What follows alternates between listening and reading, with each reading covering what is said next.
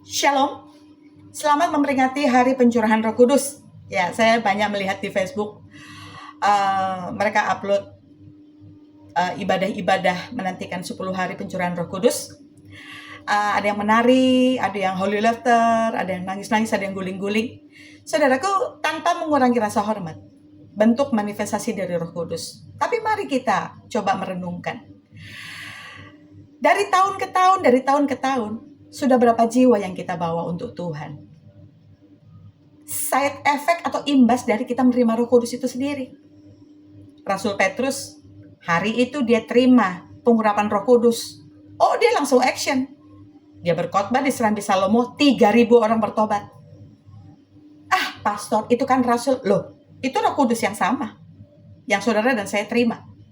Saudara, hal yang penting pertama, dalam Yohanes 16 ayat 8 katakan, ketika Roh Kudus datang di dalam kehidupan kita, maka Roh Kudus akan menginsyafkan saudara dan saya dari dosa, juga tentang kebenaran dan tentang penghakiman. Saudara, ketika Roh Kudus turun di kamar loteng Yerusalem itu, dia turun yang pertama seperti suara tiupan angin besar, yang kedua seperti nyala-nyala api. Kita tahu angin tuh kita nggak bisa lihat. Angin tuh nggak ada warnanya, tapi kita bisa rasakan. Tapi kalau Roh Kudus turun dalam tiupan seperti angin keras, kita diingatkan seperti peristiwa tornado. Tornado itu, saudara, ternyata ada 2 gelombang. Gelombang yang luar dan gelombang yang inti. Artinya apa? Kita lihat kalau tornado turun, maka benda-benda yang ada di sekeliling tornado, dia terhempas, saudara. Itu melambangkan orang Kristen yang cuma ada di pelataran. Nasibnya akan diinjak oleh bangsa-bangsa. Tuhan mau kita di dua level ini.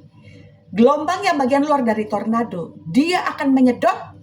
Bukankah dalam Yohanes 12 ayat yang 32 katakan, ketika namaku ditinggikan dari bumi, maka aku akan menarik banyak jiwa untuk datang kepadaku. Artinya, Tuhan mau hidup kita meninggikan Tuhan dalam keseharian kita. Maka Tuhan akan pakai hidup saudara dan saya untuk menarik jiwa untuk datang pada Tuhan. Lalu yang kedua, ada inti gelombang. Ya, inti gelombang tornado itu pusat. Setiap benda yang ada di inti gelombang, dia akan terus naik semakin tinggi. Artinya, itu berbicara tentang ruang Maha Kudus. Saudara dan saya akan Tuhan bawa dari glory ke glory ketika saudara dan saya terbilang orang intim dengan Tuhan. Lalu api yang turun di kamar loteng Yerusalem, apa?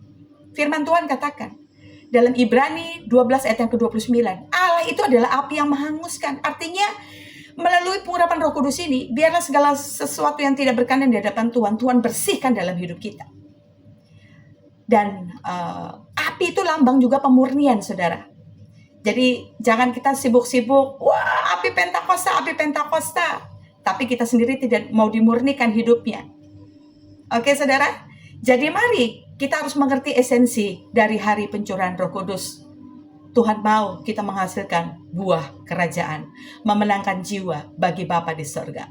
Indonesia for Christ, Indonesia for all nations. Salam Revivalist. God bless.